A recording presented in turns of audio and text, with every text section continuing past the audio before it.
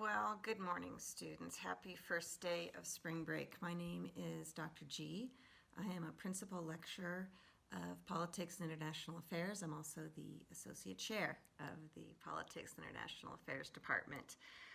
Well, it's the first day of spring break, and I am not doing what I thought I would be doing. I'm supposed to be in Tokyo leading a group of NAU students to a Model United Nations conference, and I am not there. Instead, what I'm doing is sitting here in my house, in my sweatpants, thinking about what in the world I'm going to do to take all of my regular in-person classes and turn them into online classes.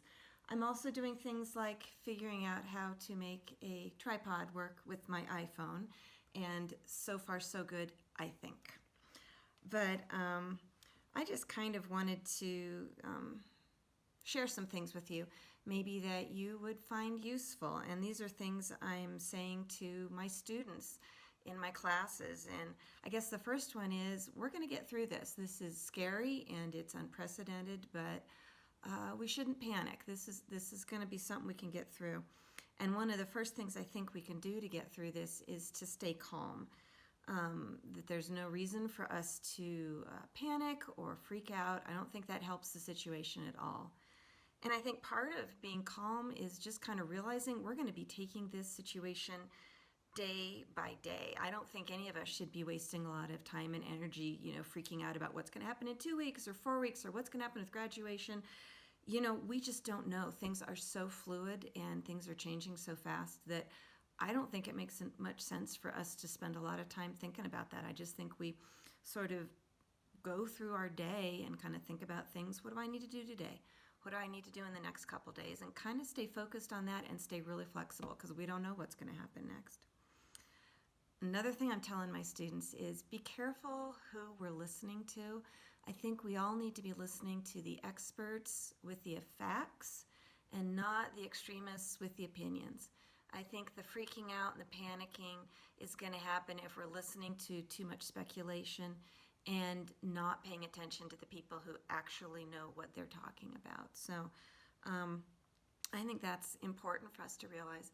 And I think it's important for us to be realistic too, that I think things are probably going to get worse before they get better. I think we should expect that we're going to see cases where we live in our communities, in our states, probably increase dramatically in the next couple days.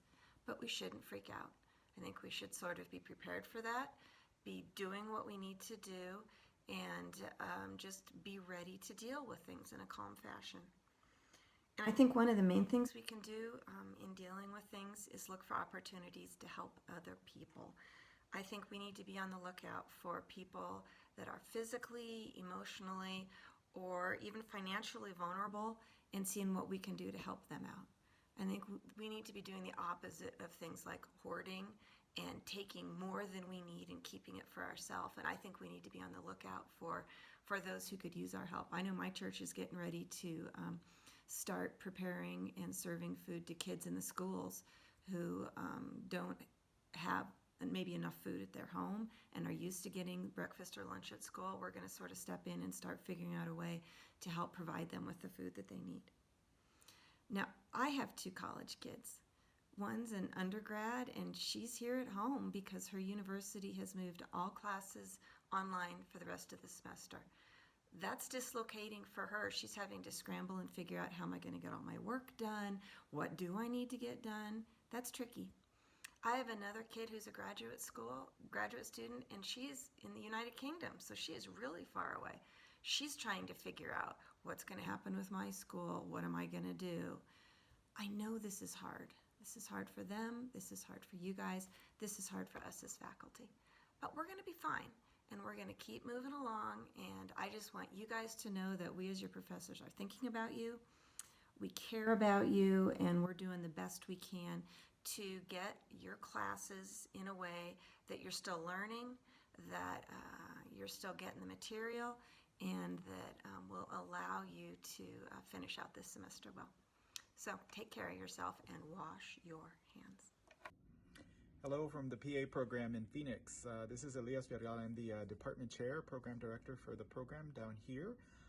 We have started today with online learning. We have transitioned the entire first year curriculum over to Zoom specifically.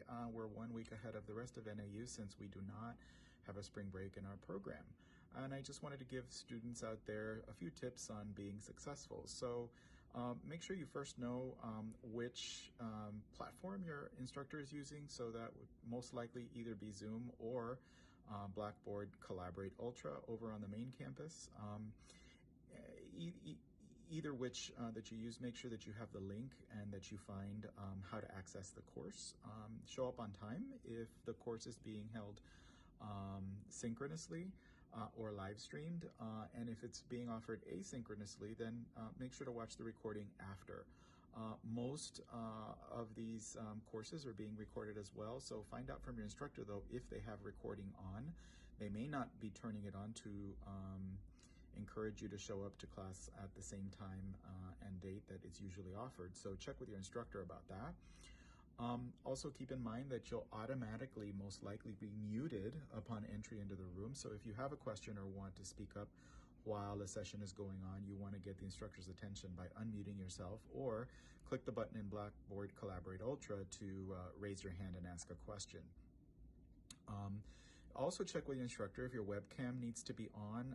For our program, we are requiring our students to broadcast with video to ensure that they're in the front of the screen and participating. That may be a way of taking attendance, so check with your instructors if you are doing or attending a live stream class. Also, it may be that instructors, since they're so new and just some of them are learning just barely how to teach live online, you may not be able to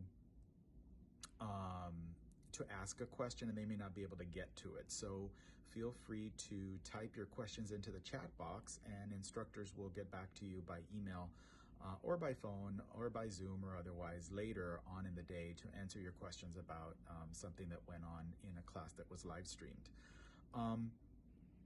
The other thing that instructors might do in a live stream course is they might call your attention. So specifically if you're on Zoom, they might use the Spotlight video feature to spotlight you on your end of the video to answer a question or to clarify or to make you more engaged.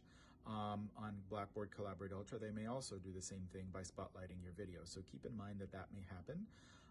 Also, they may be using breakout groups, so they may be assigning you to a group and then you go off and work with other online students to work in a group setting and then come back into the main room to work all together. They may be using also audience polling or audience response systems within the Zoom or Blackboard Collaborate Ultra, and they may also be using whiteboard features as well. So pay attention to all of those engaging items in the Zoom sessions.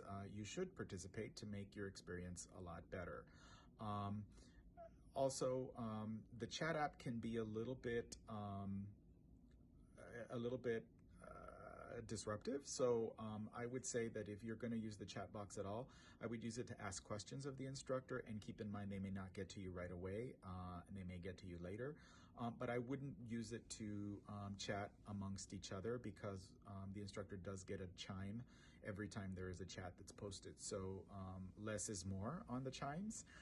So if you have to communicate with classmates that are also taking the same class, do it outside using Twitter or Facebook or messaging or WhatsApp or any of the other things that you use. So that's all I have for now, just a few tips. Good luck next week starting off, and we hope that you have a good experience and that we all stay safe in this time with COVID-19.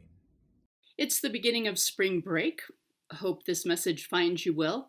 Just want to check in and let you know that while you are enjoying, hopefully, your spring break, NAU is getting everything ready to move instruction online. We have teams of people on campus who are helping faculty, like me, to put our instruction online and continue the quality of instruction that you're used to through Northern Arizona University. Faculty are available to answer your questions, as well as a bunch of support staff, really good people at NAU who are working to make this as good and a positive and beneficial experience as we can from an educational standpoint. So be safe out there with your friends and family, and we'll see you online. Hey everybody, how you doing? I hope everyone is staying safe and healthy out there. And, we all just kind of roll with it and see how we move from learning in class to learning online. Just stay in touch with your professors, let them know any special struggles that you're having, and take a break, enjoy your spring break, and then when we come back next week, just check in and we'll all figure it out as we go along. And just know that that all your professors are here for you, and we'll figure it out and look forward to celebrating after. Talk to you soon.